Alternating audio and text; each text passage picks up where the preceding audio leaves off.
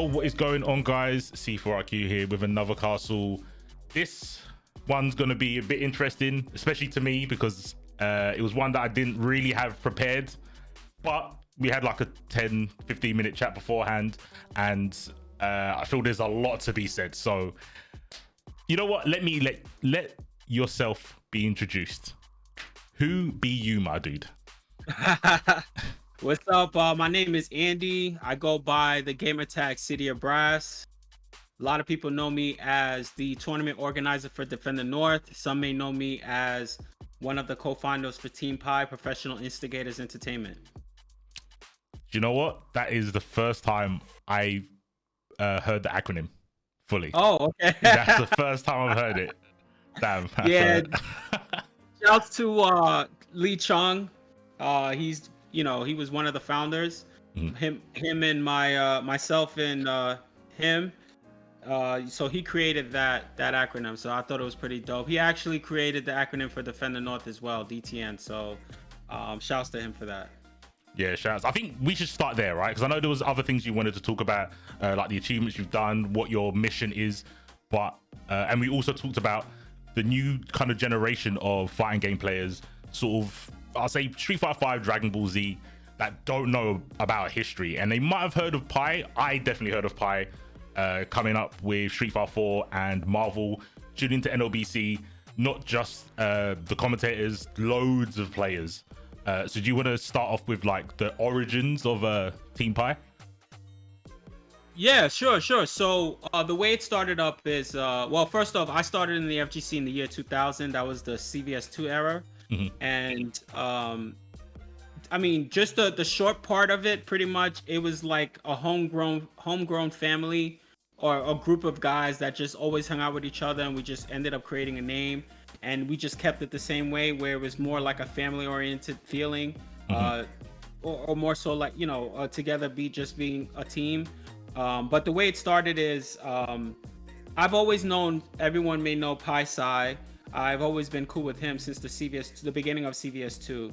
But I got the meeting with the other side, which is the BK dudes of Team Pi, and that was from me playing online Street Fighter 4, and I was playing a Ken player, and he was pretty good, but I think I was beating him, and I thought that he was online, like on the Xbox 360. You can hear the mic, so I thought that he was talking shit, you know what I mean? But he was actually just, I don't know, I don't know if he was complaining or talking shit. So I was like, yo, what are you saying? Like, you know what I mean? He's like, Right. nah, I'm trying to do this, blah, blah, blah. Anyway, we ended up being cool, and that's how I first met Pai Chin, or his name was Chin341 at the time.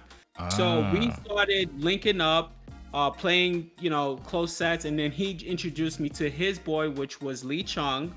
And that's how we all ended up being together, which was the Queens guys and going up with the Brooklyn guys. So, in Queens, we had Smug, myself, and we had Sai. But in Brooklyn, there was Zeus and Daffy, Chin, and Lee Chung. So that's how it all came together. Oh, and also Poem. Poem was also from Queens. So it was like 4 and 4. But yeah, that's it. Just dudes from the hood that we just ended up being nice in video games, and we just all came together and said, hey, you know what? Let's just create a team, and that's all it was. Really, just some homegrown family stuff, and we ended up being good players in Street Fighter 4. So it just all connected together. Which, by the way, I hope to, not to say that the team will come back, but I just hope we get to bring that real vibe again in Street Fighter 6. That's what I'm hoping for. That's really cool, because most like team origin stories, it kind of is really like kind of dry. Like, it was a group of friends that played, and they just put a couple of letters before their name. But your story is like 4 from one side, 4 from another, combining two teams at the start, which is really different. Right. Well, even though I that trying to speed through it, but it was originally, I think it was about 5 of us originally. So it was me, Sai, Chin, Daffy, and Lee Chung. We ended up adding Poem Smug, and Zeus later on. Right. So and again, it really wasn't about their play style or if they were nice at the game. It was really just because we had a vibe with them, and that's how we ended up only accepting people into the team. Only if we had a good vibe with them. They just ended up being good. So that was one of the things that I appreciated about the team. We just ended up leveling each other up. We were all good and absolutely, competitive. We were always money matching each other. Zeus and Smug, if you ever watched the past few videos, like they would always go at it. It was always those two ending up going at it at the end. But I would say the top three for Street Fighter 4 era was between Chin, Smug, and Zeus. It was always, one of the three. So yeah, I think that was a good era for us. Yeah. Off camera, I'm gonna put the link to the match. But if you want to see a match of Street Fighter 4, that is probably it's my top 5, easy, 3, probably top 3. You need to see Chin versus Elijah. I remember watching that live. Yes. I always go. I feel like once a year I have to go back to it just to like absorb it. That's good to hear, man. That's good to hear. Because it's really hard, especially with like the new generation of games and people complaining about this and this is hard and this new generation. I don't want to be one of those like negative people on Twitter like, you don't know how hard games used to be. So I literally just go in my room, close Twitter, and just put on 6 games of older games. Yes. And I'll tell some of my friends that I've met through like the new generation, like Dragon Ball and Strive.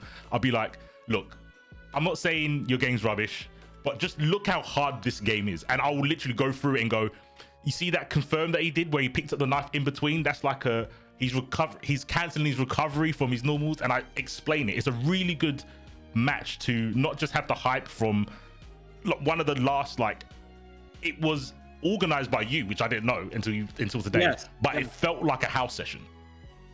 And that was the vibe. It was someone that came in. He did documentaries before. His name escapes me, and my apologies, but his name escapes me. He moved in another country, I believe. I think it was Canada or something. He did a documentary many years before. He came back wanting that kind of vibe of it being like a house home crowd and hype. And he linked up with me. We found a venue, or I should say he had a venue where he had an art studio that he rented for about a month. So the finale for that art studio was him allowing us to have a session there. And that was really that big vibe of it just being a bunch of exhibition matches, a bunch of hype crowds, people yelling in the background, everyone being excited to see it happening.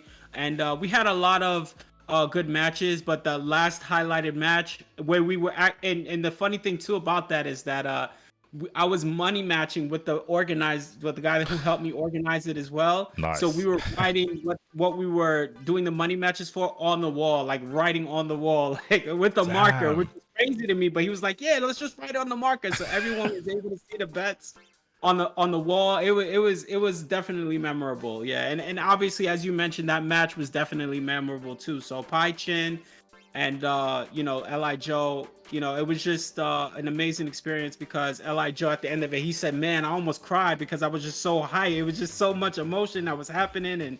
But yeah, I won't spoil it for anyone who didn't see it, but definitely something worth looking at. Absolutely. It's crazy considering that match must be 10 years old. We have to worry about spoilers because of the new generation.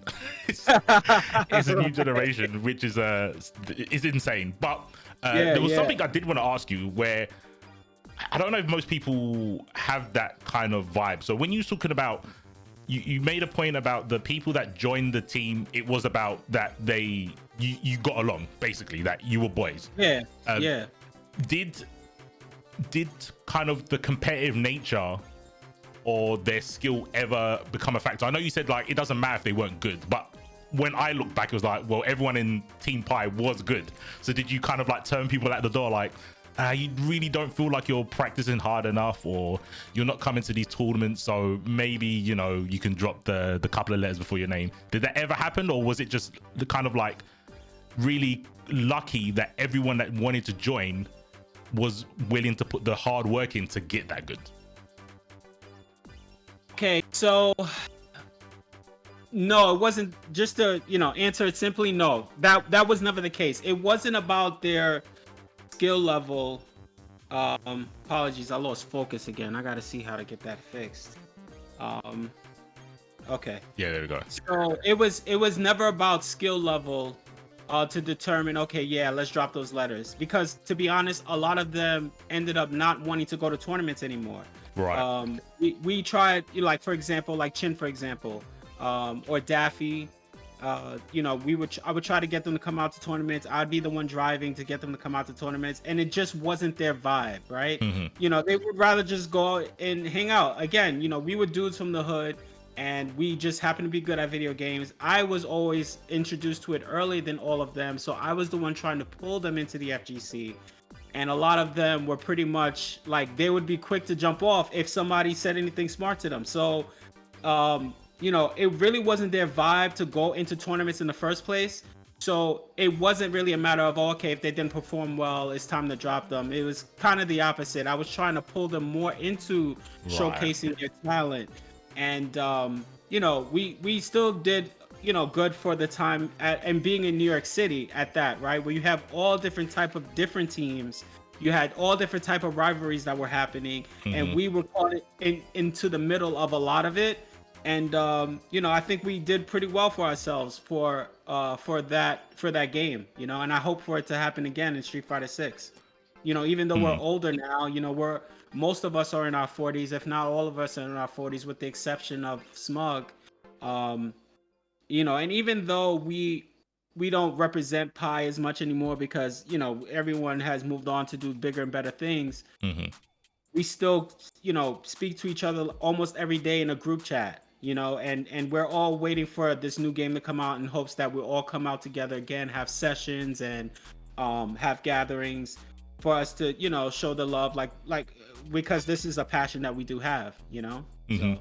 Yeah, I think it's super important, and most people might not pick up on stuff like this, but and I don't even know if there's a word for it, but like when you're sponsored by an org or you have a team, teams don't come with contracts. Like that is kind of like a lifelong sort of gathering of people that go by that acronym, where orgs is like at one moment you could have it, another one like by next week you're sending out tweets saying I'm not part of this team, and it never felt that way with Pi. Like that was just without sounding corny, it was a label for friendship. Like that's what it was, that's what it seemed from the outside looking in. Right, and that's what it was. It's really just something just purely grassroots. There are a lot of teams that developed like that as well, but we were, we weren't like an esports team. If anything, we were kind of going against the grain of esports, right? We were very vulgar. We were very, I tried to keep it clean, obviously, because I'm a tournament organizer, but everyone else, they didn't give a shit. You know what I mean? Like they was really rowdy. They did not care to express how they feel. And it came to a point where, because we have this new generation now, where you have to be careful of what you say, and some of them would rather just go quiet, instead of everyone just trying to say that they're doing wrong for speaking their mind. So and that's where we are now. Yeah, I was thinking that when you was talking about pulling people into the FGC and it wasn't their thing, and I was thinking, I feel the mentality you need to have to play fighting games is very obtuse. Like it's not a common mindset you have to have. Like you said, like people had loose lips. When someone feels the type of way after losing a match, they want to tell you that, and you can feel a bit uncomfortable because you don't know how to react, because you're talking all of this because of video game, but you feel like you have to defend yourself and lines get blurred. Like, and I'm a bit of a weirdo. That drew me in. When I saw how people were reacting to like losing in MV in Marvel, I was like, this is where I need to be. Like violence upon violence. But obviously, as I've matured, I was like, yeah, maybe throwing punches because you're losing the match isn't the right way. But it is the emotion. That's what I liked about it. And talking and saying something like trash talking, I feel is hype. I feel that adds a layer of intensity to a match. And like you were saying, back then some people didn't like it. I feel now it's almost avoided. Like people don't want it whatsoever. So I think there's two sides to the reason why that's it's like that now. Part of it could be okay, yeah, it could be that okay, we're mature now, right? That's why we don't do that anymore.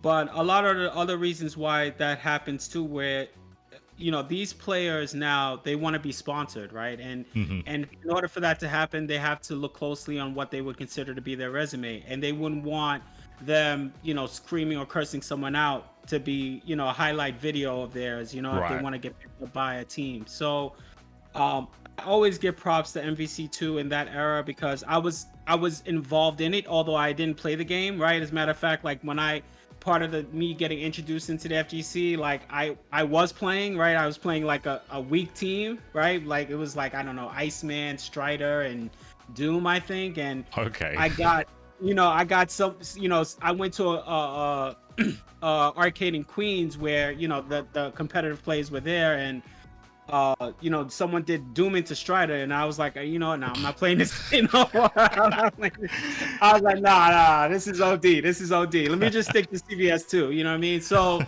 but I've always respected the hype that scene brought. Unmatched. Listen, man, like I was there though, like in Chinatown Fair, seeing Desmond and Sanford going at it, like they yeah, man, like wanting to step outside and everything. Like I've just seen all of it, and even though I wasn't playing that game, just to see the hype build up around it, and during the matches happening and afterwards, it's unmatched, as you mentioned. So this is why I could see why streaming for the FGC became a big thing, because you want to see these moments, and it's unfortunate, right? We don't see those hype moments where people are passionate about storylines, or they really just want to play, be good, beat this person, win, and that's it, right?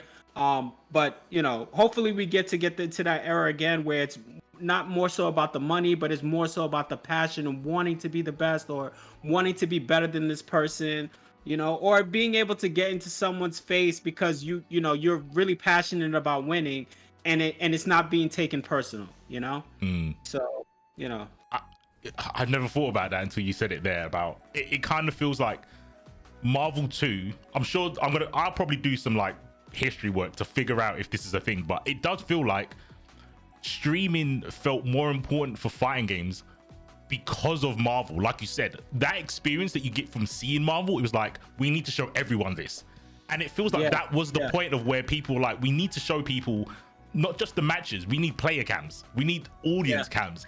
Marvel kind of felt like that should have been the click to be like, people need to see the experience, not just the matches, the whole thing.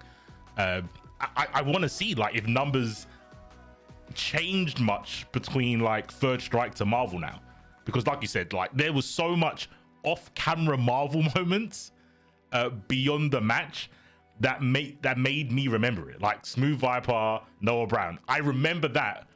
Not because of the I don't even know who won. I don't know. Oh wait, Smooth Viper wasn't even playing.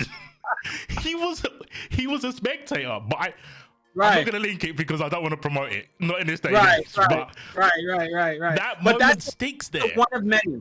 Yeah, that was the one of many scenarios that happened. I mean, that one went to another level, but the ones before that level, a lot of them were like that. And again, it's just being in that room, just being able to see it, that's pretty much the drama that everyone runs to now on Twitter. But imagine it being like live and just, I guess you can call it impromptu. Like it wasn't planned, right? It was just something that just developed right there. I think now in fighting games, which is okay, right? Because we do want more visibility for fighting games. I personally do, right? Everyone wants to be good. They see it more as a job now. But back then, it was really more so about ego and pride. So I'm not sure which one in that scale, makes you become a better player. But I guess that's where we're at, right? So it's either you're doing it for ego and pride, or you're doing it because you want to make money and you're treating it like work, right? So that's where we're at right now. At least that's how I see it. No, I think I'm pondering because I'm like, damn, I never really thought about it like that. It is because when I started playing, it was pride and ego. even though people around me were getting paid. Like I wanted to win a tournament because I wanted to win a tournament, not necessarily for money. Right. I started commentating because I wanted money, and I stopped playing. Right. So yeah, that's super interesting. And yeah, obviously those things that happened back then aren't marketable now. Like yes, absolutely. And you know, it's, you know, anytime we talk about this transition, I can't help but mention Triforce. So Empire Arcadia and Team Pi, like we would go competitively, right? We were going, you know, neck and neck, right? Obviously, you know, Empire Arcadia, they had more accolades, right? They had more wins, they had more trophies because, you know, they had world-class players. You know, we were more local, right? They were going around the world competing, you know. So but at the time I was against what Triforce was doing, which was like the esports thing that everyone has known and loved now. But we were more like, okay, yeah, you know, we're doing our 9 to 5, we're spending time after hours being good, right, you know, going up against people that see this as a 9 to 5. And at the time I didn't think that was going to be possible, right? Like, you know, Triforce having a house for just gamers, or you know what I mean, like just developing, you know, just having a game house, they called it, right? Yeah, before League of Legends did it. Right, before you know, and this is like a norm thing now, but back then I was against that, you know. So, you know, I'm glad that I could speak to Triforce now and be like, hey, listen, you know what, man, like you really were before your time, right? Like you seen all of this stuff, you were doing all this stuff, and we were all like dissing you or shunning you about it or playing you about it, you know.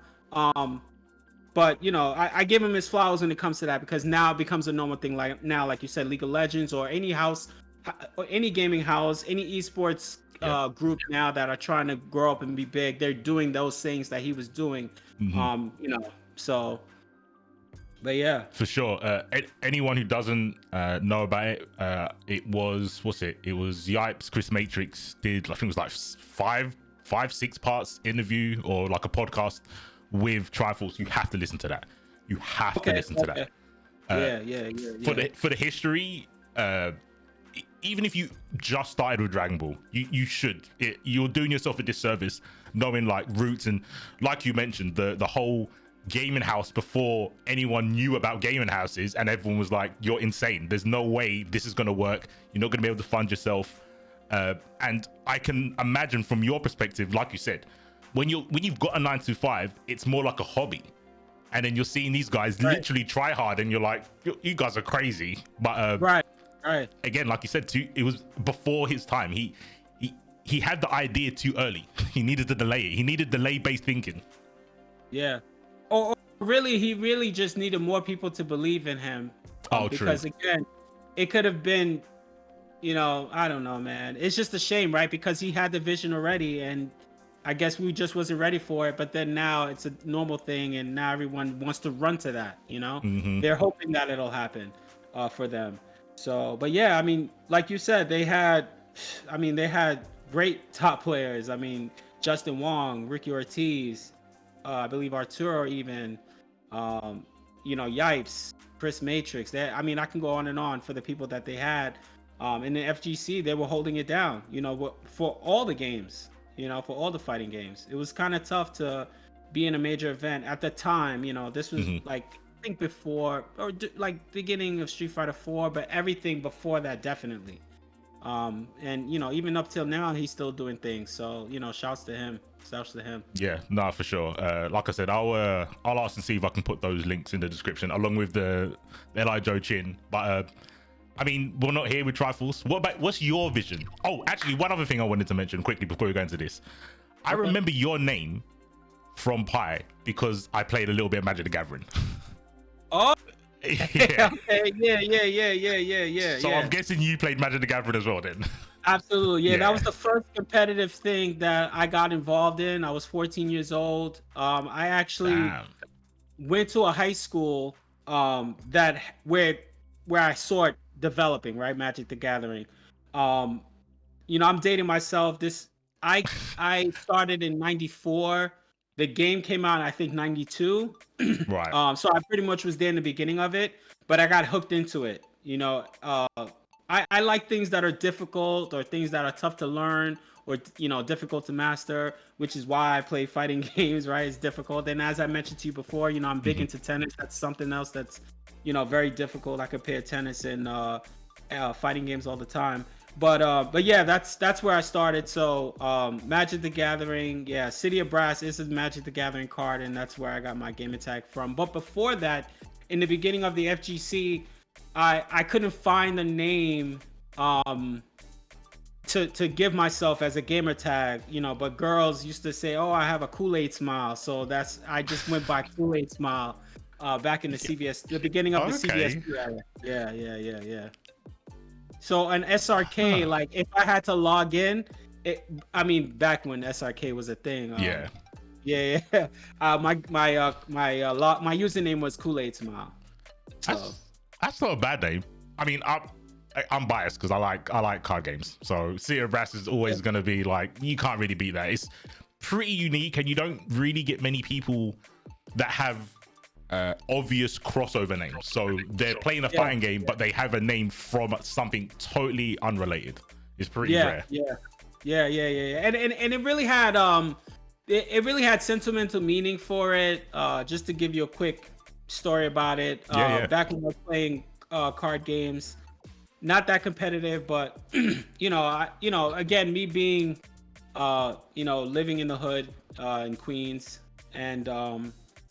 and by hood I'm not saying like it was poor or anything, just saying just a lot of different kind of struggles where a lot of things I would see a lot of things. But anyway, back when I was a kid, I needed money, so I wanted to sell my cards, and I went to one of the stores in Flushing to sell my cards, and one of the expensive cards I had at the time was City of Brass. It was a card, and I think I forgot how much they went for, but anyway, I was gonna sell it to the store owner, and as I was trying to sell it to him, there was a guy that was speaking Chinese, and I think he played with me before, but he knew that I wouldn't know the value of the cards.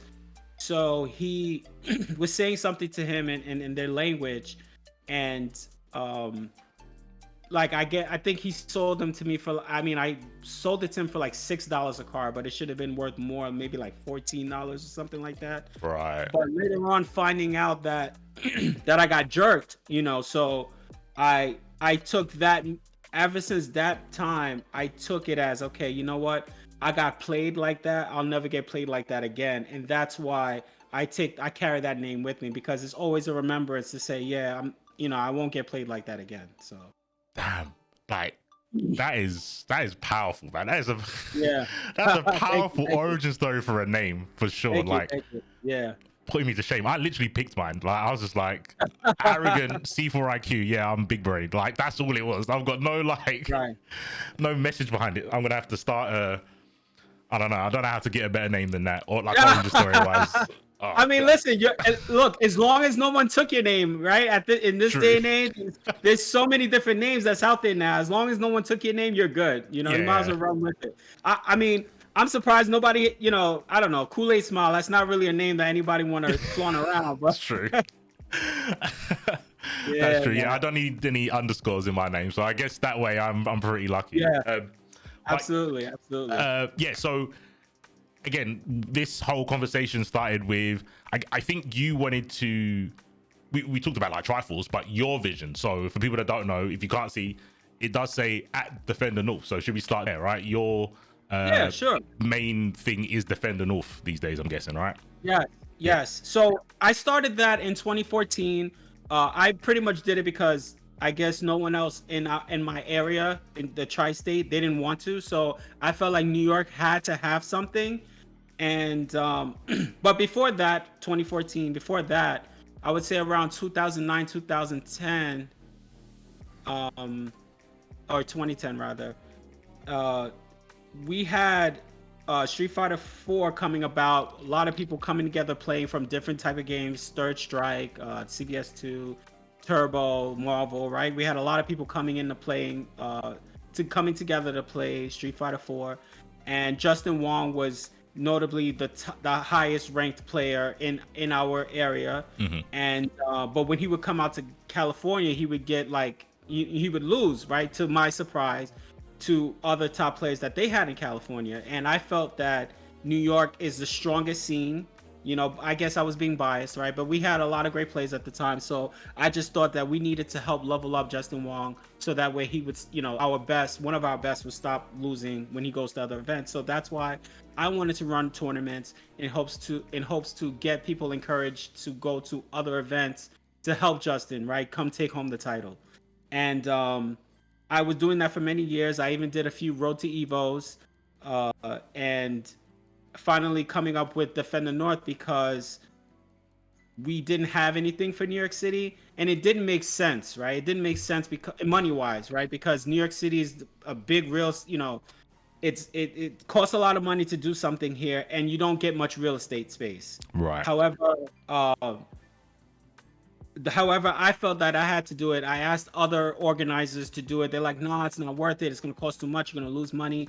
But I was passionate about it. Luckily, you know, I had a side hustle, right? A legal side hustle at the time. You know, eBay, they would allow you to repair computers, right? By you shipping it to you, you fix it and you send it back to them, right? Back then, eBay, that was a thing for eBay. Okay.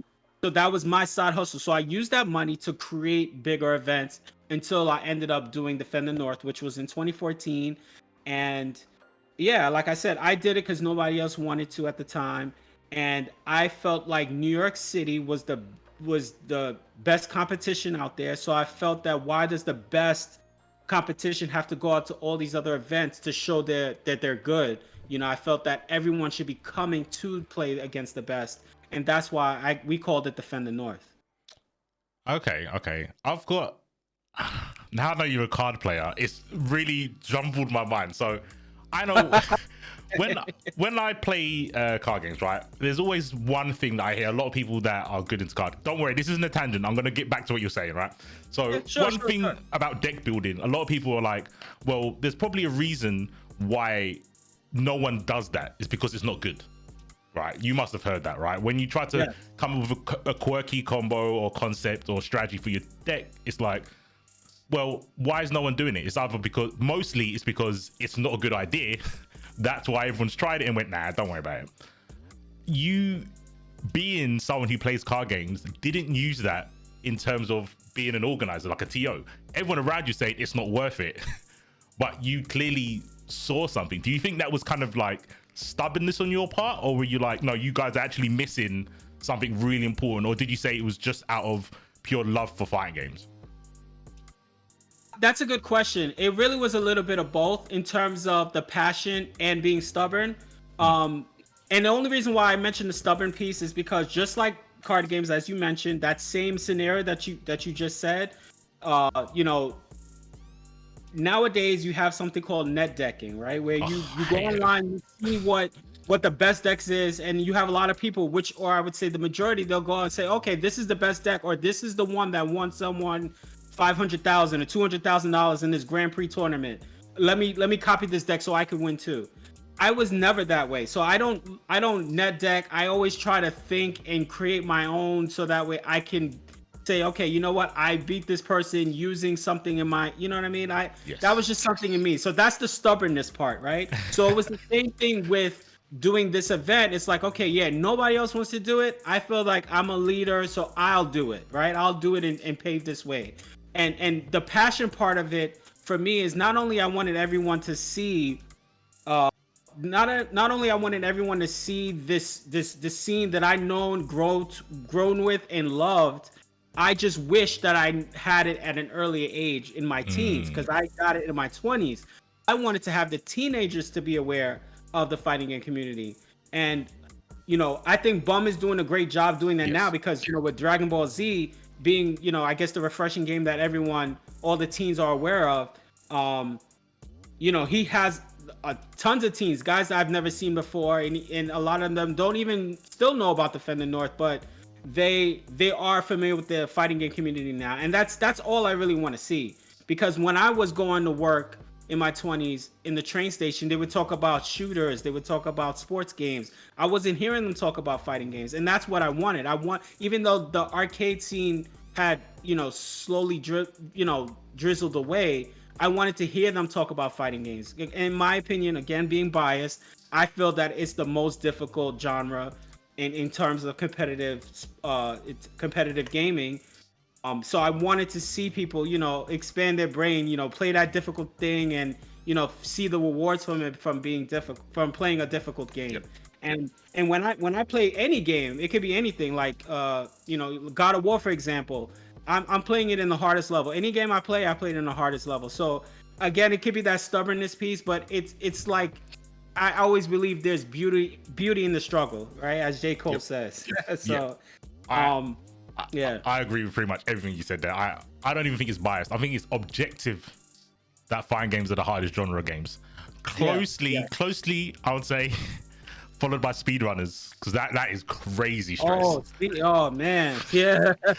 But speedrunners could be different genres too, right? In speedrunners, so because you got like platformers that you could speedrun that. You got you got like RPG, not RPGs, but like like the Souls games, right? Yeah. Like those action RPGs, you could say, yeah. So, I'm glad to hear that you have the same feeling as me. It's wanting to play the difficult ones. Like even when we go back to the card game stuff, I look at net decks to make sure my deck isn't like that. That's why I look at net decks, because I'm like, I'm with you. I will make a deck, and then I'll look to see if it's common or if it's like roughly the same as a net deck. And it's a win-win for me. Either it's like, oh, I'm a genius because I came up with that really strong deck without looking for it. Yes. Or it's not like that, and I'm like, time to get to work and make it happen, right? Make sure that my theory works out practically. So I'm totally with you. I haven't got time for having these like hand holding games that kind of guide you through it. I'd rather fail a million times on hard mode than succeed on easy. Like, oh man, you speaking my language right now. Speaking my language, because that's exactly how I seen it. When I would look in decks to look at them, I would just say, okay, most likely, I don't know. I have this way I'm always saying, but like, I'm in America, so I'm going to say Americans always want to go after what's easier for them. So let me look at this deck because I know I'm going to face that a lot. So let me see how I can counter it, right? Just like when it comes to fighting games, a lot of Americans, again, because I'm here, they're going to gravitate to the easier character, or the one that, or top tier, I guess you could say, right? Mm-hmm. So let me find someone that's kind of the opposite, right? It doesn't necessarily have to be low tier, but let me showcase a character that a lot of players won't be playing. Unless if I have a heart, like a heartfelt passion with that character. Yeah. Otherwise, I'm going to go with whoever, like for Street Fighter 5, I use Manat, right? Even though in previous seasons she was top tier, I would go to another character to, learn and go through the struggles with, because I want to be that diamond in the rough, I guess you could say. But in all reality, I'm making it difficult for myself because I like games to be difficult. I'm challenging myself, and I think it's been rewarding for me. Again, I'm not trying to win big major tournaments. I just want to, gatekeep. I want to create some upsets. I want to be players that think that this character sucks. It's like, okay, no, let me show you. And that was one of the good things about Team Pi too. They all just cared about their character. They didn't care about the tier list, right? You had Zeus with Vega, you had Smug with Dudley, you had Chung with Zangief or Guile, even when those characters were not all that good. I can go on and on with all the players that just picked who they liked. It wasn't about, okay, this character is going to help me win. It's weird because I think Street Fighter 4 was a different era, or I don't know if it was like me being jaded, because going on this topic, right? First of all, disclaimer for anyone who's new, the mindset that me and CitiOfBrass have, if you want to get that 1 million currency points from like Street Fighter 6, don't just play the character you like. Unless you're extremely lucky, don't do that. You play you net deck what is good. Because what we're talking about, that pride and stuff, that doesn't pay bills. But picking a top tier and winning will. That's true. And that's one of the big reasons, the competitive edge for me fell off because I realized, just like you were saying, we call them dream killers. I wanted to gatekeep. I just wanted to stop bad players getting to top 8. I didn't need to win. I just wanted to, I want to be Heimdall at the gates. You have to pass me to get into Asgard. That's the kind of role I wanted to be. So I understand that exactly what you mean when it comes to the balance of playing the way you want and showing how good that is kind of enough in terms of your victory, the victory that you want, not the victory of holding a trophy, doing what people said you couldn't do, which I guess which goes to the whole defend the North thing, right? Yes. And it's, to this day, it's a struggle, just me keeping it real with you. It's not bringing, money to the table, even though I do have a partner now that he's supposed to help that into being an actual business, right? Because only thing that I know and seen about it is the whole passionate piece, right? Of wanting people to be involved, wanting to just bring New York City together, which is impossible, right? By New York City in nature, you cannot get us all together in kumbaya, right? It just can't happen. I see that now. 9 years of doing DTN, and my whole life being in New York City, and since 2000 being in FGC, you cannot get everyone to just say, yeah, let's just come together and just do this one event, right? Because the way I've always done it is, okay, anybody in the FGC in New York City, a lot of them know they can ask me for anything, right? You need help with something, I got you. You need to borrow money, you need a ride somewhere, you're drunk, and then you need to get a lift home. You know what I'm saying? I got you. All I ask is just help me for this event that's happening one weekend, right? Right. However, you have a lot of people with different cliques, different egos, which I get it. You know what I mean? They don't like this person, or they're against that person, or they could be against me for some weird reason that I don't know about, right? Because this day and age now, they feel more comfortable of telling it to someone else or saying it on Twitter, sneak dissing, or I forgot what the other word you call it, but it's like but shadow tweeting, right? Yeah. So they feel more comfortable of doing that than actually telling the person who had no idea, right? Like, but anyway, that But long story short, trying to get everyone together to do an event, and when it's not an event where you're getting rich off of it, right? Doing it surely, just sheer passion, in hopes to make the fighting game community become bigger, right? So with that, when I get old, because I'm 42 now, when I get older, like my 50s, I hope to see it on TV again one day, right? Because we did have the opportunity. It was on TV a few times, right? Whether if it was Evo or the E-League, we had those opportunities. I would just like to see that again, so I can sit back and say, "Oh yeah, look, I was part of that. Now it's becoming a big thing." That's always been my thing. That's I think when you get to a certain age, you have that aspiration. I've definitely been like in that zone where I'm like, I'm not sure. Maybe it's different actually. Let me ask you. So what you're describing, right, in terms of when you see like fighting games kind of get recognized for that being the hardest genre of gaming, right? Once that gets that recognition, for me, it is more about, if fighting games were suddenly, they had their own channel, right? I would be like, I appreciate now that people understand that fighting games aren't easy. It's not just about mashing buttons, blah, blah, blah, blah, blah. But I feel from your perspective, it's more about like the players getting their recognition and getting potentially or preferably paid for the hard work they're getting put into, right? Because that must be a big, especially from like a TO standard, you see so much like blood, sweat and tears go into being this good, and organizations or developers don't put like money back into them. Is it more of that when you think about the FGC making it as like an established esports? Is it more like sort of like the reparations money wise to keep those players not just with determination, but being able to keep a roof over their head with this skill that they have in terms of playing fighting games? So that's gonna always be the struggle, unfortunately. What I want is not gonna happen, right? What I want is for it to be something similar to how I feel, which is mostly passion, if not Right. all passion, right? We're not really seeing much of that anymore, and I get it, right? Like it, you got to make hard-earned money. You have to make money somehow.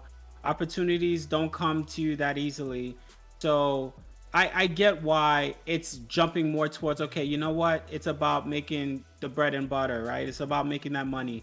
Um, that might be my childish side, or again the passionate side, but I just wish that I would see more people going back into it for the passion and not trying to do it just you know sh- just for the money, because it just becomes something completely different.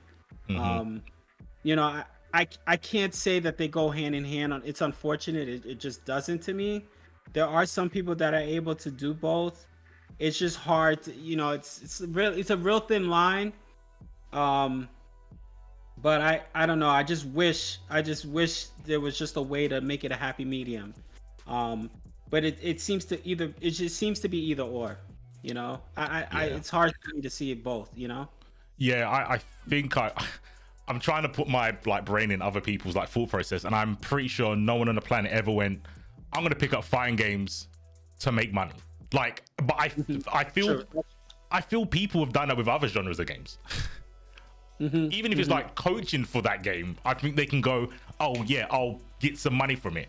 I don't think anyone, I mean, there are some people who have done this, right? That they've monetized their talent in fighting games, and it kind of can keep a roof over their head. But I don't think that was their initial idea in the first place. I don't think anyone's, I could be wrong. Maybe with Street Fighter 6, someone's gonna buy that game thinking I'm gonna make some money off of this. Maybe.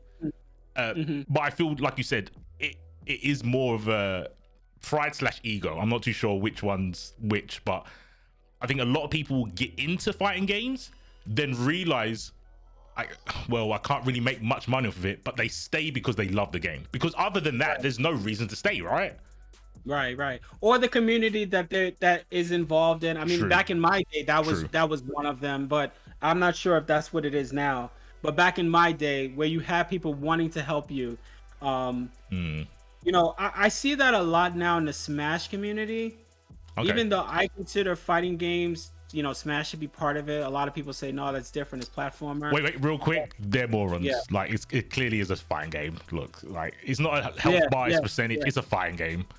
Yeah. So that's how I see it. But I look up to the Smash community a lot, to be honest. Okay. I don't play Smash. I can't even say that I've ever even tried it, maybe once or twice. But I have so much respect for them and how they organize things. It's just everything, the way the community sticks together, in my opinion, from what I see from the outside in. They may have their internal drama too, like, I think all the communities do. Yes. But I just, the way they just the way they change the game, in terms of organizing. House of 3000 is a perfect example, right? That's a group that I work with for Defending. They do a lot of local stuff. They also get hired to do other events as well. Just the way they come about things, the togetherness, the way they just do things as a group. I don't really see much of that, at least not in the Northeast. I just wish that we had more of that, but I don't see that at all. But that's the one thing that I look up to in the Smash community, and I wish that we were a lot like that. And I say that all the time. But when I say, people are like, "Oh, come on, Andy!" Like, like nobody wants to hear that. You know what I mean? Like, who wants to hear that, right? Like, another community is doing it better, or another group is doing it better. But I just wish that we could get like that. I was gonna say that seems like we're doing the net decking thing, right? We're seeing Smash with a very old dead game get numbers, have a summit, have more players enter their one tournament than some locals have for all of their games. Why would you? I don't even know how fighting game players can mock them, because like you said, the internal drama, everyone has that. Every scene has that, right? But when you see the drama in Smash, they get that sorted instantly, like cohesively as well. Internally. Yes. Internally, Their ecosystem is, look, maybe they smell, but when there's problems in their scene, they get it sorted, they get it done. They get rid of like bad actors if they're messing up the scene. They've got Nintendo against them, not wanting them to stream the game, and they still come out on top. They're always winning somehow on the game that is on a console that most people don't own. How are they doing that? You said, it's a net deck. We should be looking at them going, okay, what have they got in their deck? We need to implement some of that stuff. Do you think, or have you got any ideas of what does make them different, bar numbers? Do you think there's anything that the Smash people are doing that the rest of the fighting games don't do? Well, first off, I just want to clarify that too. I don't really mean that because they're so much stronger in numbers. It's more so that they are a community that I find to be a community. You know, we call ourselves FGC. I have not seen a community structure and for a few years now. You know, like they handle things internally. They try to work together. They're not trying to push people out if they have an opportunity to help. Like, you know, like my definition of community is something similar to what I see in some of the Smash community.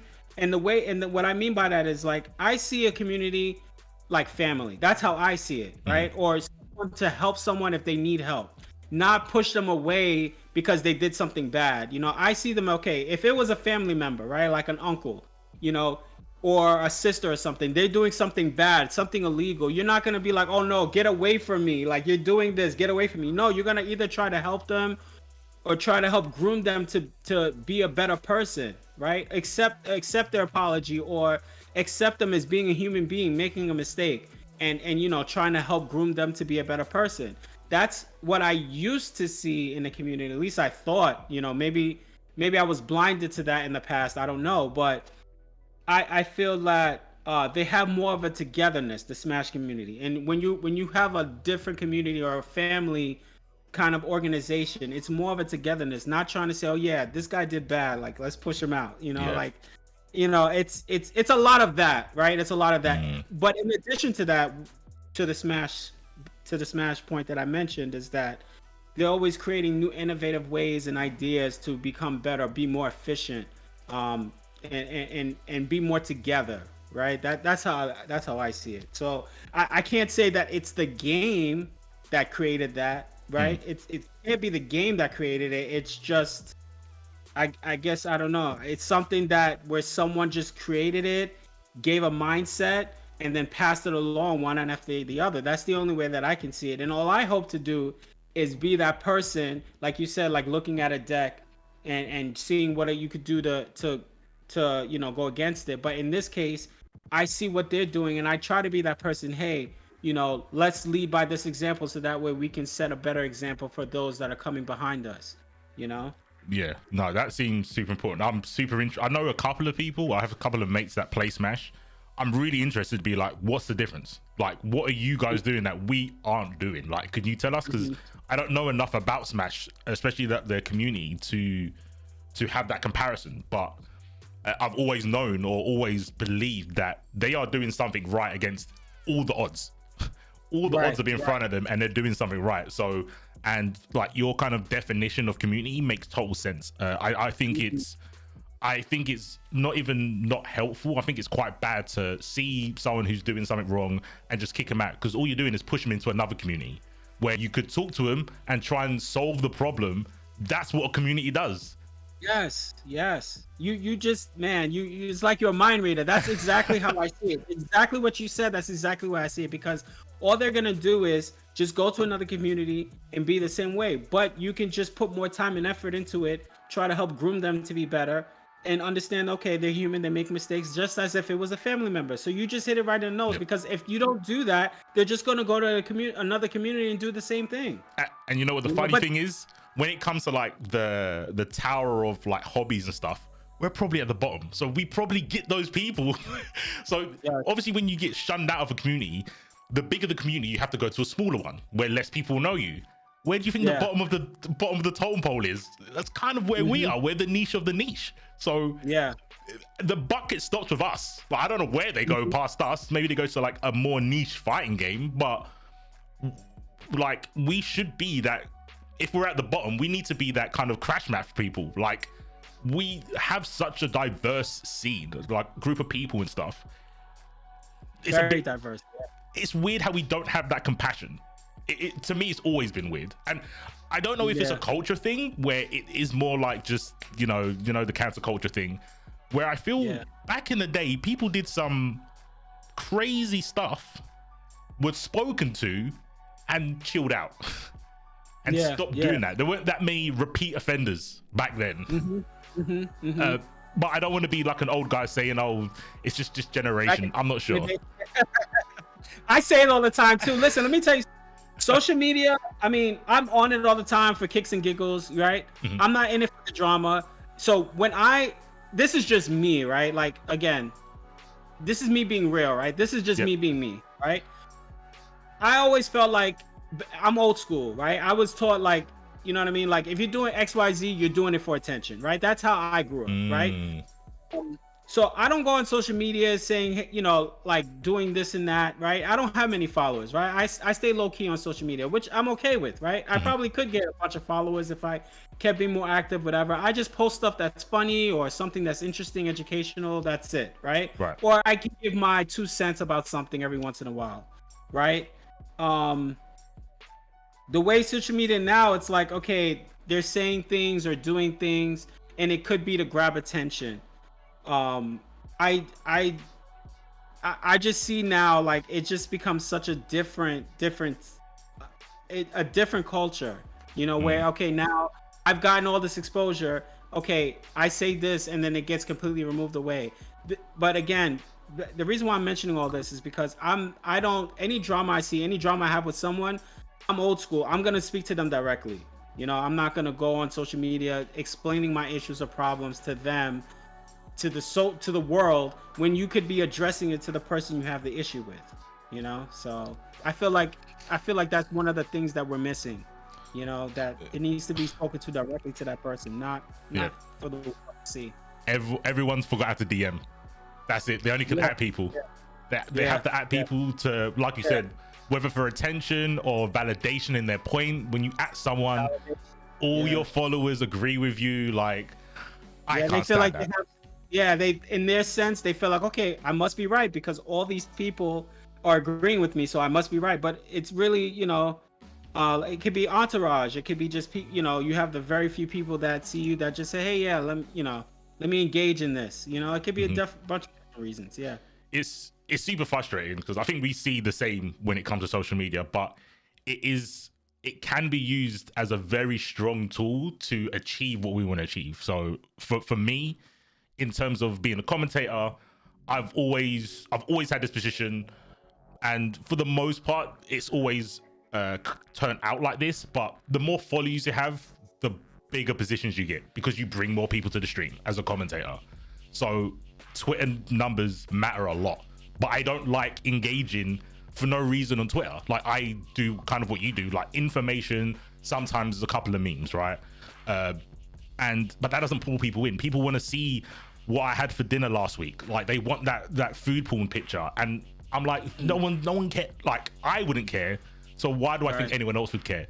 Exactly. I would say for you, is it? You're looking for validation. Right. Yeah, I don't care. I can't remember what I had last week, so I don't think anyone would care. Like, that's such a weird thing for me to do, but I understand what other people do because it is that kind of it's kind of like parasocial, right? It's making yourself personable on the internet, which is weird because people will feel that they know you, but you don't know them. And to me, I just like, look, it's bad enough playing people online. That feels weird to me. I prefer to do it offline. But I was going to ask for you, do you ever have that conflict where in terms of like, you should be doing these kind of casting your net with tweets to farm interactions so more people follow you to get informed about what Defender North's doing or what you're doing in terms of the FGC? Do you ever have that conflict where you feel like you should tweet but you don't want to because it's not what you do? It's funny you mentioned that. For a few different scenarios, one of those reasons is a lot of people tell me in New York City, hey, you should go out. You know, a lot of people don't know that you run Defender North. You should go out there more. Let people know that you run it. You know, be out there more on social media and in person, letting people know that. I've always wanted it to be that. I've always wanted to see it as DTN being a vision and no one knowing who runs it, who owns it, right? But more involved with it. That's how I've always seen it in my head. And again, that's the passionate side, right? But the business side, they say, hey, listen, in order for you to be like these other conventions or other events that you want, that you love and you want to see grow to be like. You need to go out there more and be that person to advocate for your event, right? So I get those conflicts a lot, like you mentioned. Another piece is where there's a lot of groups or people that have wronged me on the business side, where anyone else would say, hey, you know what, let me put this person on blast on social media because everyone is blaming me for it, right? Right. I get that a lot. As a matter of fact, there was a big one that happened like that last year, but I kept it internal, as I always do, because I never wanted myself to be compromised for the event. But this is where the conflict happens, where everyone is saying, man, DTN was involved in that. Like, they're not saying anything. Does that mean that they were at fault? I need to start seeing it more of as it being, it's not just me, it's all of my staff, it's all of the people that's involved in it, that enjoy it, that love it, that they should not just be my voice, right? It should be as a community that we do have internally for Defend the North in terms of staff and people that attend it, to save face. But that is why, as of this year, we have a marketing team, we have different teams that handle it. I delegate separately, I delegate it so that way I'm not involved with that piece. Right. But you're right. In short, I feel a little torn where I want to say something, but then it's like, where I don't want to say something, but then I let them handle it on their side, because in my side, I would want to handle it my way, which right. is speaking to the person themselves, which is what I always do. Like a lot of events, not to say that what they're doing is wrong, but a lot of events, they'll come out and make public statements about something personal. I mean, about someone particularly, or political statement and things like that. But because I am not a person that does that as myself, I feel like, why should I go out in another platform, as Defend the North, for example, to do that? So. Yep. But to answer your question, the only conflict that it happens is only because, it's me, versus a brand, So you do need to recognize it's two separate things, and I should be considering it being separate, but I still just, I still keep it as if it is, which is the passionate side. I hope that what I'm saying makes sense. It's hard for me to explain it outside, but in my head it makes sense, but in the outside it may not make sense. No, that to me makes sense. I think I'll throw it back and see if I'm understanding you right, because I have two Twitters. I've got my one where it's just literally my face on it, and I do streams where it's just called C4HQ, where I run tournaments and blah blah blah. My one is like for commentary, right? So I've got here's my email if you want a commentator.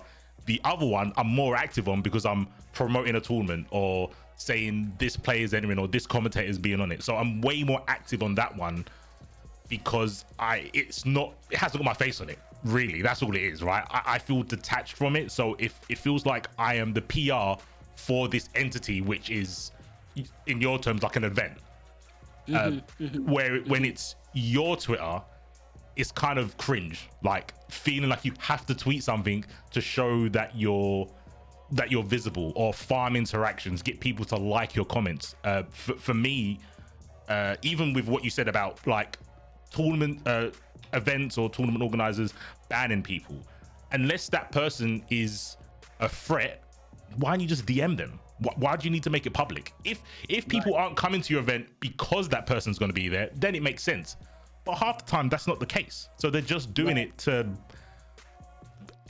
farm interactions. Even the big organizations do it, and I think like you, where that's not how I would do that. There's so many messages that could be sent directly to the person that doesn't need everyone else to see, and if anything, it causes more problems, because then you get other people's swaying not like the vote, but you get people swaying what was said, or misunderstanding and making it worse, or not understanding, and it being something that should be spoken about. it's just a mess when you can just directly talk to the person one-on-one, potentially solve it, or just cut ties. It seems way easier that way, right? And it feels like that's what you want to do, where everyone else does it another way, and you're like, that's not optimal. Like, that doesn't really solve problems. So I've actually asked events or a few events, you know, why do you go public about doing that? Their answer makes sense to me. You know, they say they want people to feel that they are going to be in a safe place by them understanding that this person is not going to be there. So to me, that makes sense, right? So Right. some people may feel like, okay, well, you know what, you know, to what you were saying, you know, someone may come to this event or plan to come to my event and be like, well, I would definitely come, but I don't know if this person is going to be there, so I'm not sure, right? That could be a possibility. But everyone that has been endangered or someone that I feel that would be a threat to the community or someone I wouldn't want to feel welcomed at the event, I would hit them up personally and tell them, hey, listen, you know what? Unfortunately, we can't have you come to the event this year. I've done that time and time again, and I have no issues doing that because, again, me being old school, right? I feel like if I have to go on social media to tell someone something, and I feel that that means that I must be afraid of that person if I can't tell them directly, you know?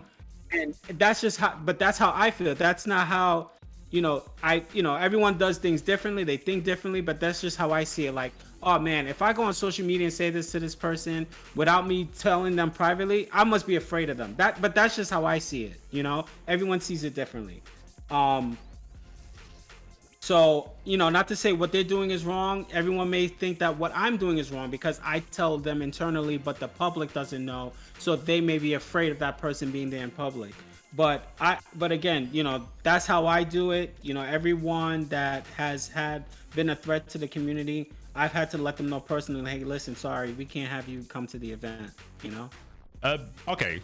That makes sense to me, and it kind of made me think of, is there many things? So let's elephant in the room. We're both old, right? We're old school. Like, most of our thought process and logic is like, this is how we would have done it. That seemed to work. I don't know why you're changing it and being all weird, right? In terms of running Defend the North, do you think there's many kind of habits or visions that you need to adapt to cater for the new generation? Or is your goal to try and bring the old school to the newer players? You know, because we're such a small niche, we don't really have much to innovate. The only thing that I've done which goes against the grain of the FGC is make my event an all PC event, which is going aligns to something similar to the other genres in the gaming communities or esports, right? A lot of them using PCs. The one thing that I wanted to do was, I personally, again, this is all me just thinking this, you know, during COVID, I was playing on PC and I thought that it was the best thing since sliced bread, you know, playing PC because of the timing. It was like a night and day difference for Street Fighter. At least I thought that. And I thought, okay, if I'm playing like this and I think it's better, why should I let everyone play anything else? So that's why I pushed into getting either a sponsorship or running in PC myself. And that's why I'm grateful to have the second year, you know, being powered by MSI. You know, they're such a great sponsor. They've seen my vision, and you know, they see it themselves where we may not be the biggest community, but we are the most loyal. And a lot of people play PC at home, but when they go to other events, you know, they play on console because that is what, I mean, look, you know, again, as I mentioned earlier, you know, tournament organizers, they're not making a boatload of money out of this. You know, I would say they're always going in the red. I mean, I can't speak for every single one of them, but I know a lot of them are, right? Even though a lot of people may think that they're going way green, right? But they could be going red or lucky if they just break even. So I can understand if they can't give the most optimal experience that, you know, if they can, right? Which is PC versus console. But at the end of the day, in my opinion, since there are not as many of events that there used to be, they all the events should be appreciated. You know. Yep. So to answer your question, going back to answer your question, the only thing that I've done that's innovative to this new era is just introducing PC into the FGC. That's the only thing that I can see that. I mean, the only other thing is to try to bring more, more money in for a bigger prize pool. But other than that, I really don't. I mean, maybe because I'm one dimensional, one sided. I don't know, or too old school, right? Just trying not to fix something that isn't broken. I don't really see much of anything that we can bring in into the scene.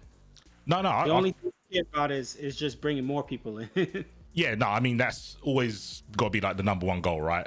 In terms of the spectators or players, right? Bringing them in. I think the PC thing, and you mentioned this in the messages. It is kind of weird how you're setting a benchmark for fighting games where everyone else, it's just the standard. It's default to play on PC, right? And it is really important because even when I was kind of new to the kind of offline fighting game scene, and it was like, oh, everyone's playing on console.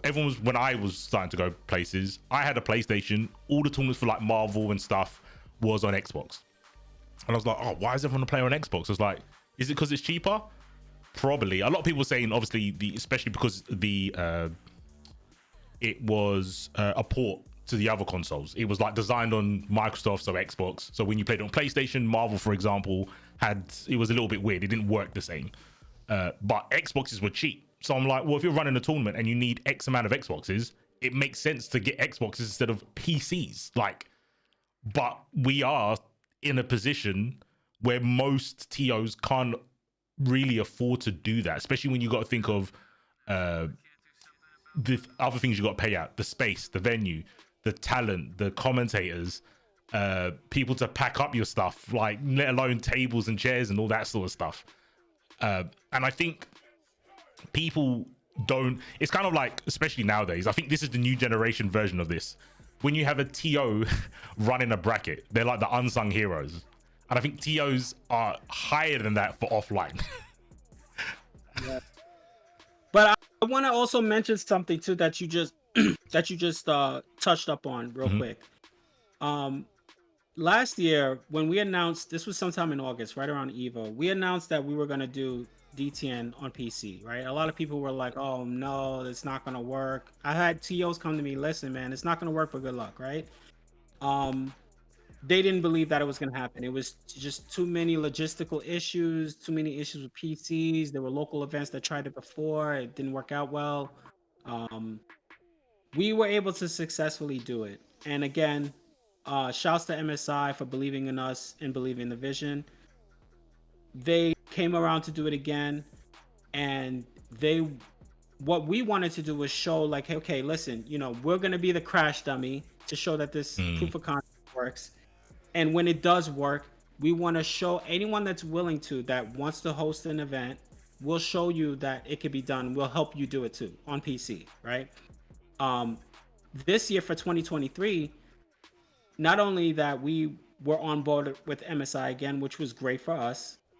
They doubled the amount of equipment that we can use, which is obviously, fantastic. Nice. But they've also jumped in and said, hey, you know what? We'll help the community too. We will, if you want to run PC, we'll give you the same opportunities that Defend the North had. So we'll come to we'll bring setups for you. We'll give you what you need. So I think that's, the opportunity that people can say, hey, you know what? Let's give this a shot. Let's see if we can make this happen. I really don't, I don't know, maybe I can't think of anything, but I can't think of a bigger sponsor or a bigger opportunity than that,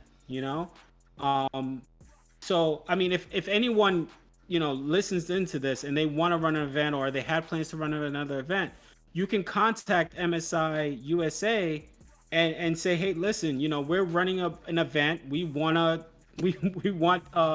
equipment. Can you help us out? and they, you know, they will come out and help out. You know, there's an application that's out there that they have on their page.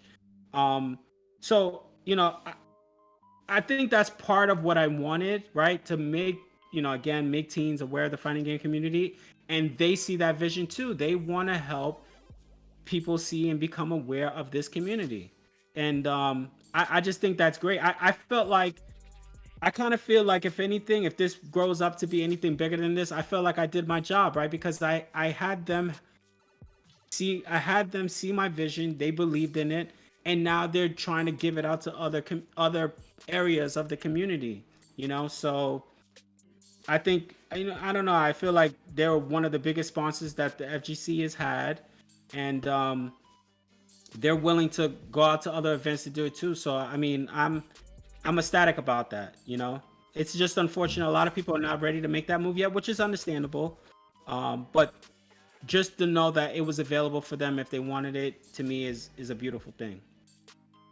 I'm not gonna just say this because obviously you're on the call, but I would say the fact, if I was running a tournament and I was in the situation you was in, if say in 5 years every other fighting game tournament was running on PC and my event didn't make it because of financial reasons or moving or whatever, I'll take that as a massive W. For if people, like you said, you was like the guinea pig, right? You was the test dummy, and people were like, yeah, we can't do PC because of, like you said, logistics. There's 4 million different peripherals that people use. Plugging them in and out of a PC just isn't going to work, right? And you have the proof of concept. You've shown that it works, right? Even if, and by the way, they just to plug in real quick. Our proof of concept helped the Capcom Pro Tour Finals because it was all done in PC using the same you know, way that we did it. That's what I mean. That's a win, because you've not, regardless of Defender North, which we'll talk about in a bit, you've set a standard for the FGC. That's like one of the goals you were speaking about, right? You've set a bar, like a consistency bar. Like, we shouldn't be doing anything less than this, especially if we want to make it to the other esports games. This has we should be flushing this out. This should be perfect. There's no reason, right? We've got 1 PC, 2 players. If we can't get this to work, we're fucking up somewhere, right? And it was crazy to me when they were saying, "Oh, this is not going to work." I'm like, well, first of all, I'm in IT, right? So it's like, how is this not going to work, right? But the second thing is, you have every other genre running tournaments on PC. How is this not going to work? You know, way more complicated, right? Like, they're doing LAN connections, which is way more complicated. Like a shit ton of bandwidth needed, right? Upload, especially.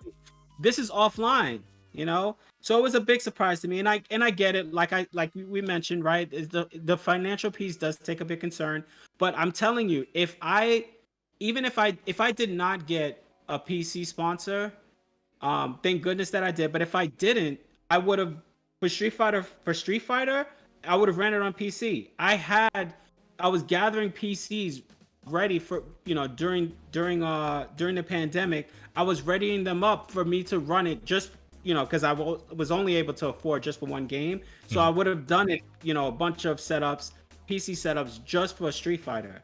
Because again, like I said, I played it on PC. I felt that it was better that way. So why should I have anyone, you know, do anything less, right? So that's what I was gonna do. So, but now they have the opportunity now. If they want to take it, that's up to them. But, you know, at least we can say, you know, we started to pave the way to show that other people can do it too. And MSI took a step further to say, hey, listen, you know what? Not only you showed that they can do it, we're gonna help them do it too if they want to, you know. So that's all that I could ask for, you know. That's the how does it go? It's you can teach someone how to fish. Oh no, you can give them a fish and then they'll eat for a day. Teach them how to fish, they can feed everyone. Like, you've fed everyone, right? They can eat for life. Yep. You, with the whole PC like meta, technically, even though, like you said, everyone's been doing it before us and still are doing it. I think that is super important, especially for people outside of the FGC, to take it seriously, because those little aesthetical things do you make a difference? They probably look at us like Neanderthals, like knuckle dragging hooligans that are still playing on consoles. Like what? Yeah, there's more sponsor opportunities, on PC. I'm not shunning console, right? Like we all have consoles, right? Yeah. It's really just to show, just more opportunities. Long story short, just more opportunities, more opportunities. Just to be able to be agile or dynamic, to just not be just not be honed into one console. That's really what it's all about. At least I. Yeah, no, I think it's just a bit more universal for the time coming up being on PC. And like you said, not knocking any of the consoles. I've got consoles, like growing up on consoles. It's just when you're talking about matching esports, it feels like that is just the standard. Like, unfortunately, maybe for like the TO's pockets, but it's just like, well, you could use candles as a light source, or you could use like lights, like, you know what I mean? Let's use lights like everyone else. I did want to ask, so kind of to round everything up, what I think this is like I'm gonna try and not ask a boring question, but it's a little bit boring, but hopefully the end of it will be interesting. So how you started being a TO, I think, is a question probably most people ask TOs, because when I think of it, I'm like, I wouldn't even know where to start. Do you look at a venue first? Do you look at sponsors? Do you look at how many players would turn up? And if you could maybe give us some advice or talk about your process when it comes to the beginning, and let us know what your end result, what you would want Defender North to turn into, if it's not already there. Yeah. So, the first thing I looked at when I did my first event, obviously the biggest expense is the venue. The second thing is to get a community or a team behind you. Obviously the want would have to be there again as well. That's another thing. A lot of bits and pieces, project management, time management. There's so many things that involves running a big event. I'm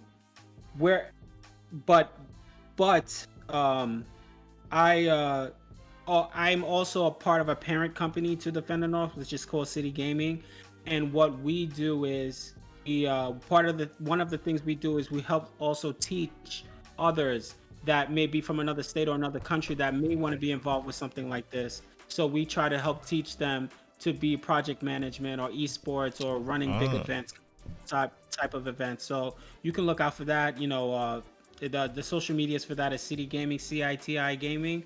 But what I hope for Defender North to be is more so of a convention style fighting game event, where we have cosplayers coming together, fighting game players coming together, and other different communities coming together for one event, and in hopes for it to stay in New York City, so that way, again, where it becomes where the best comes from New York City, so everyone should be coming to play against the best, or at least watch them, as a spectacle to see great showsmanship of gaming. So that's pretty much my end goal. I definitely respect that. I feel, I don't know, I think before I kind of transitioned to commentating, I always wondered kind of what you were speaking of. I was like, dude, we're in London. Why have we not got a thing? Like, we've got Birmingham, which is versus fighting, but problem makes Ryan Hart's from London, and we don't have anything like even remotely big. And I'm like, but people should be coming to watch these players. Why are we going out to them? So I get the energy. It was like, New York has, I think, is one of the meccas when it comes to talent, where it comes from. In general, not even just fighting games, a lot of things, right? It could be music, it could be sports. It's so many things where, and obviously fighting games, right? We have, I mean, I can go on for days about the players, but or different talents that we have, right? Justin Wong came from New York, Chris G. We now have IDOM. One of the biggest streamers, in my opinion, in the FGC was Team Spooky. Comes from New York. You know, we just have so much talent, so many people in the FGC. Oh, I mean, we have Yipes, we have Sanford. I mean, I can go on for days. Yeah. And you know, Problem X and Reinhardt, you know, at least in New York, we have nothing but love and respect for them because they've come here a few times and they show us, you know, nothing but love. And they made, I'm assuming they do the same thing when they're out in the UK, where they're always educating us, always, you know, always saying, okay, yeah, I just kicked your butt. I mean, they're not saying I just kicked your butt, but after kicking your butt, they'd be like, okay, well, let me just show you now what you could have done to be better. You know, I have nothing but love and respect for them because that's all they care about. They just want us to grow, to be better as a scene, you know, and that's what I would hope for us to continue to do in this scene because, and again, that's one of those things again that I see in Smash where, you know, after you can beat them in the game, they're okay, let me help level you up. You know, we need more of that because we need, at the end of the day, we all get better when we all grow. When we all get better when we all get better. I mean, yeah.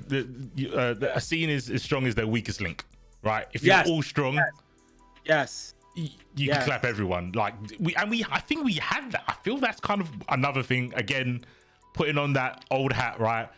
Back in the day, it was very more regional. It was about us being better than them. A lot of that was. I remember that, especially in Street Fighter 4. It was definitely, yeah, we're going to our locals. We're beating each other, blah, blah, blah. I'm the best at the moment. But when it comes to major, we aren't allowing those players to win from another region, right? It was very like NA, EU, and Asia. Like, right. That's what mattered. Yes, you'd look at top 8 and look at the names, but you would care a little bit more about the flags. Yes. I feel that's gone away a little bit. Not totally, but the aspect of wanting your scene to get better instead of the aspect of like the team sport where you're watching as a spectator going, oh yeah, you know, when I see it, oh, OB got into top 8 of Dragon Ball, he's the UK flag. Where before I'd be like, there should be more than one UK person going out there holding it down. Yes. I think that's gone. I guess as a last question, I think even with your name, Defender North, it is a very regional community thing, right? Have you got any idea of where that went? Or maybe you don't agree with me, but do you think that's gone anywhere? And if so, why do you think the whole supporting your local or region or country, have you any ideas why that might have kind of left the community? You mean in terms of like like trying to come together to help build it up? Is that what you mean? Yeah. So it's unfortunate, but in order for me to get that, it has to be from other places. So, you know, it could be Florida, it could be Chicago, California, where I get that community togetherness. I do get some of it from New York, but the key players in New York, you know, they just don't see it as being a right fit. So in order for me to get Defender North to stabilize and be where it is obviously, you know, every TO would tell you they're not nothing without their staff, and I'm the same way. Like it would not exist, right? It's just I would just hope that it would be in a more of a local kind of thing, but unfortunately, you know, I have to gather people from, you know, the ones that have been dedicated with me and loyal for years to make this become a thing. I have to go to, like I said, Boston, Chicago. I have to go all over the US to get the best, even though we do have, you know, great people here to organize and staff it, but I have to get it from all over. So to answer the question again, I you know, it should be more local where they all come in to help out, but I just see it as being New York City with everything else. You have boroughs clashing with each other naturally. You have, you know, competition, you know, competitive things, or people thinking that they're better than the other. It could be so many different things, or feeling like, oh no, I should be the person that's doing, you know, something big like this, so I won't be involved, or oh, I just rather just do my own thing and just be, you know, by myself. It's a lot of those different feelings. But again, for me to stay afloat, I have to grab it from other places where they see it as like, hey, you know what? Yeah, at the end of the day, FGC, we are one, and we all help each other or by helping this event, it helps. It's, you know, we see the bigger picture. It's gonna help the whole community as a whole. So I've got like a tinfoil hat conspiracy theory with why it's like that. I'll throw it at you before I let you go. So okay. especially with New York, I feel. So let me start from ground up. So I think people are just tribal. People are very tribal when it comes to building factions, and I feel New York was suffering. Well, still is. It's suffering from success. You have so many big sharks. There's not enough room, and then the people that are willing to help kind of stick to one of the big sharks.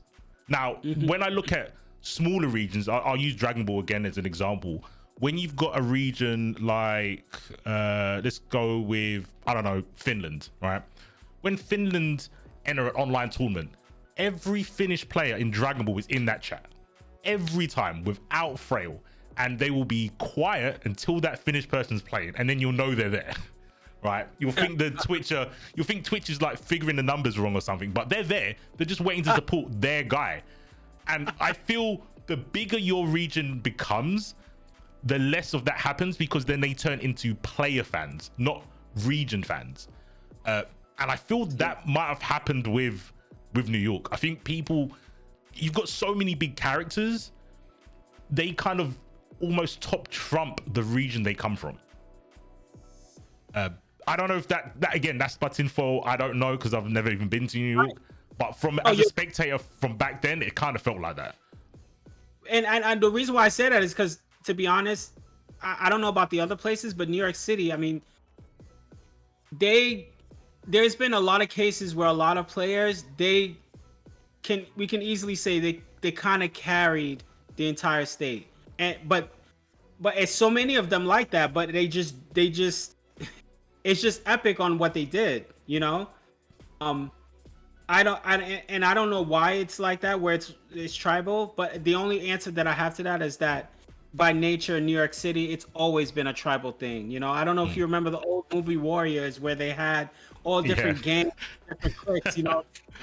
That's exactly what it's like. It's exactly like that. And each one of them, for each of those cliques, there'll be someone that is like, wow, this guy is so epic. Like, it's such a great accolade that he's done. And, you know, they're like, okay, well, you know what? Let's keep this guy. Let's make sure that he doesn't share, you know, like, don't share the talents or tech. You know, it could be something like that, to that nature, but for whatever reason it's always like that with New York City. And I'm only doing it, again, back in the beginning, because nobody else wanted to do it in this scale. Right. Obviously you have people that want to do it now in this scale, I guess, until they see what the cost looks like. But you know, I only wanted to do it to showcase the talent that New York City has, and it's, you know, people could say that I'm being biased. That's fine. I'm from here, so you know, I can't help but want to rep my city. You know, one last thing I wanted to just say. Yeah, go for it. And I do like about our scene, and this was back in the Street Fighter 4 days.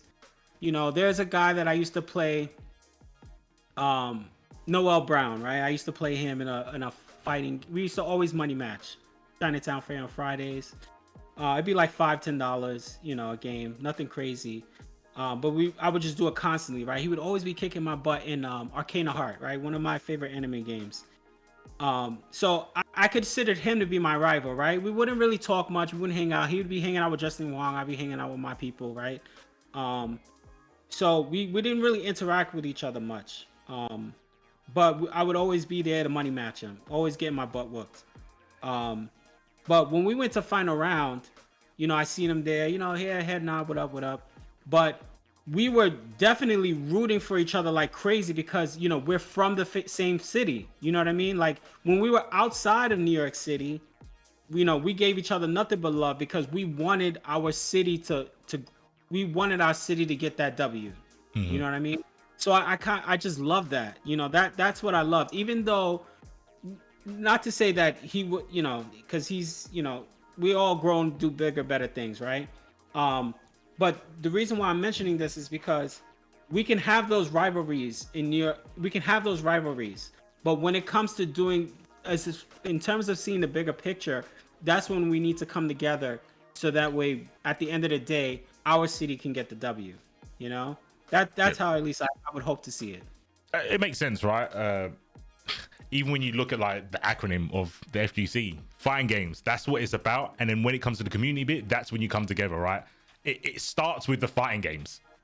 It starts with the fighting games. So when you make those rivals, and like you said, it is like it's so cliche. It's basically like Ken and Ryu. They're always fighting each other until it comes to Bison, and that's when they team up, right? That's yeah. That's a good one. Yes. And even like you said, you go and do your different things. Ken lives his life, Ryu climbs mountains and whatnot. But when there is a reason to come together, they drop everything and cheer on each other. And it's always like that. It's ironic that the ideal that we should be striving for is in our game. Like yeah. It's right there in front of us. So I mean, I think it's I don't want to end in old man mode, but it does feel like something that's being lost. Unfortunately, it feels like it's going away. It could be because of online as well. I don't know if it's. I'm not sure. I don't want to be so doomer that it's just the new generation. It could be because of COVID, and it had a lot to do with like online. So you lose that personal interaction with people, and you lose regions. A lot, yeah. And that's why, you know, these offline events like Defender North, CEO, Combo Breaker, you know, that's why it's important. Even local events, right? NLBC, there's so many that we have in New York City. You know, we're helping them too, right? We're helping them PC race thing. We're helping them with that.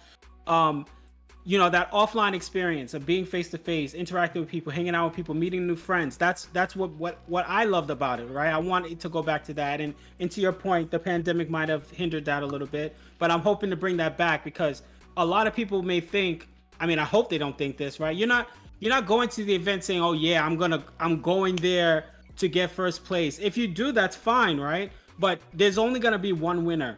What are you gonna do when you're there? Like if you don't end up winning, right? It's about leveling up, meeting new friends. I know tons of people in the FGC that I've been friends with for many years. And that's one of the reasons why I want people to be more familiar with the community, because you get to meet all other people with all different types of different lives, and you will end up being longtime friends with them, right? Like Sai, for example, you know, he was one of the people that I've known back then all the way up until now, where he lives in the UK, right? Yep. He has a life, I have a life. He has his house over there, I have my house over here, family, kids, and you know, we still speak to each other, like, you know, in a group chat like almost every day, right? So it's like that kind of thing you grow and develop with these friendships from something that you already started with together, which is the FGC. Yeah, I totally agree. It's funny that you mentioned Sai, because one of the first people I met when it came to fighting games were jammers, and they always commentate Street Fighter together. Yes. Yeah, so even with the message that you're putting across about meeting new people, you have those other connections, right? Like me and you are connected through those two individuals that have met each other before, and we both like card games. So yeah, and without fighting games, we would have never spoken. Yes. Yep. Oh, it all aligns some way, somehow. always. Yeah, I mean, like we said at the top, right, of this podcast, totally impromptu, but nonetheless, this was like super interesting.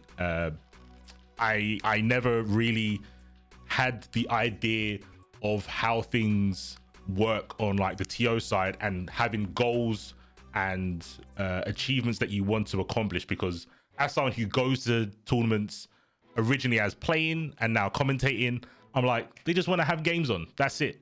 But it's way deeper than that, way deeper than that. And it's super cool that you're being like a trailblazer in terms of PC standards. I'll be there for sure in 5 years. If I see that's the bar, I will be, that's because of CitiOfBrass. I'll do that now, easy. Thank you. And yeah, I mean, if you can do it from where you are, how you started, there's no reasons why a lot of these other bigger tournaments can't. Logistically, I'm sure they can figure it out. It's not going to be as easy, but they can definitely figure it out. And if they've got like you said, you're having your services, and I'll put the links down below for what you guys are doing, willing to help them out, that should be enough. That should be enough, right? Yes, absolutely, absolutely. Thank you. Yeah. So just to leave out my follow, you know, if you guys would like to know more information or ask me questions, you can. The event obviously is Defender North. You can follow that on social media. DTN is on this year, July 14th to the 16th. And it's a 3-day event. We're going to have over 100 PCs for the event. We're obviously going to have Street Fighter 6 because the game will be out by then. We're going to have tons of stuff, you know, cosplay, gatherings, you know, night sessions, after parties, all that. So if you're interested, check out the website and give us a follow and you'll get more information. Sweet. So yeah, that is the end of the podcast. Like CitiOfBrass was saying, any links, they will be down below, whether it be to the Twitter, to the website, to the resources that he helps, that CitiOfBrass and his team are giving to everyone. That'll be down there. Don't hesitate to give it a click. But yeah, much appreciated for you reaching out to me. It's been a pleasure talking to you, dude. Like I said, I've known about Pi since my inception in the FGC, and it's super cool to talk to someone from there, one of the founders. Yeah, it's been a pleasure. Thank you. Yeah, shouts out to Charles. He's the one that set us up. He's always digging and looking for stuff, so you know, he's the one that introduced us together, got this going. So yeah, thanks to him. Shouts to him. Definitely. I'll shout him out. I didn't know who was who because it was just like Defender North at first. So now I know there's two of you. There's two people to shout out. So yeah, I'll probably put Charles' stuff down there as well, so he can catch some of this smoke when it comes to followers and stuff as well. But yeah, man. Hopefully one day I can get out there, man. To New York and see one of the tournaments. I'll definitely try. Yeah. Thank you, man. Thank you for your time. No problem, man. All right, everyone. Take it easy, guys. Catch you in another one. Peace.